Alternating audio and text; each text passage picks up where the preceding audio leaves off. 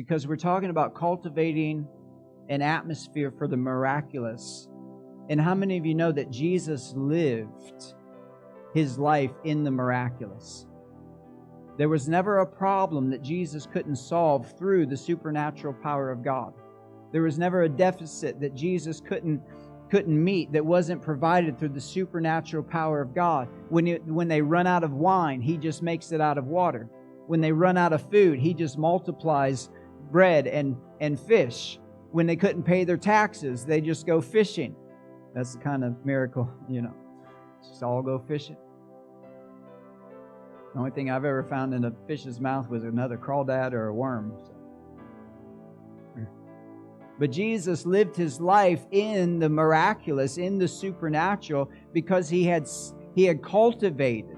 Just as Garrett reminded us this morning, He grew in favor with God and with man. Jesus had cultivated this in His life so that whenever a situation pops up, He doesn't look for any other options other than the kingdom of God coming and manifesting in this situation.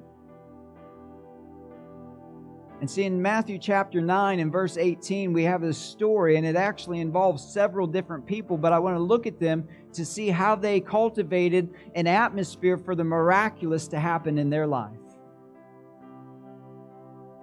In verse 18 it says, "While He spoke these things to him, behold, a ruler came and worshipped Him, saying, 'My daughter has just died.'" Come on, these are real stories. Are you with me?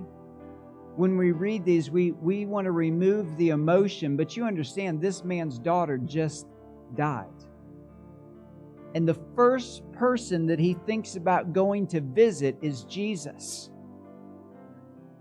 Come on, not the mortician, not the doctor. He wants to get to the feet of Jesus. And here's the reason why. He says, "But come and lay your hand on her and she will live."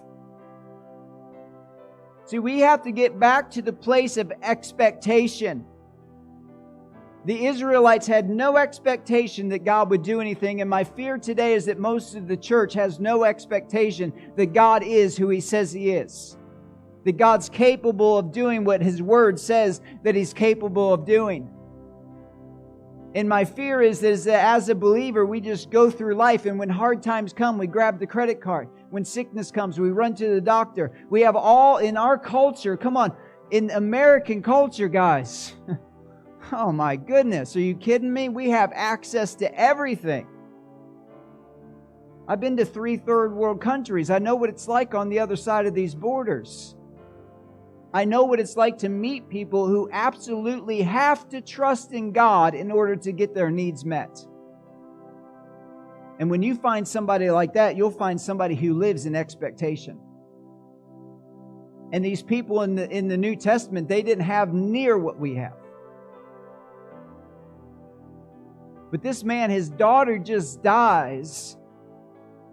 And the only thing that he can think of is getting to Jesus, because he knows, you come, you lay your hand on her, and she will live. See, this is expectation. In reality, it is hope. In Hebrews, it says that hope is the anchor of our soul. Paul said that rejoice whenever you're faced with various trials, knowing that the testing of your faith produces perseverance. Perseverance produces character, and character produces hope. What's the hope for? The hope is to get you out of the trial. But if hope is not produced in you, you're just going to stay right there in the trial. This guy has hope that something's going to happen if Jesus gets to his house. So what does he do? He goes and he runs down Jesus. And I guarantee you, Jesus had no choice but to go to this guy's house today. And it wasn't just because the guy demanded it. It was because Jesus saw the expectation and the hope that was attached to his request. And God meets expectation. God meets hope. And hope creates an atmosphere for the miraculous to happen, for the miraculous to occur.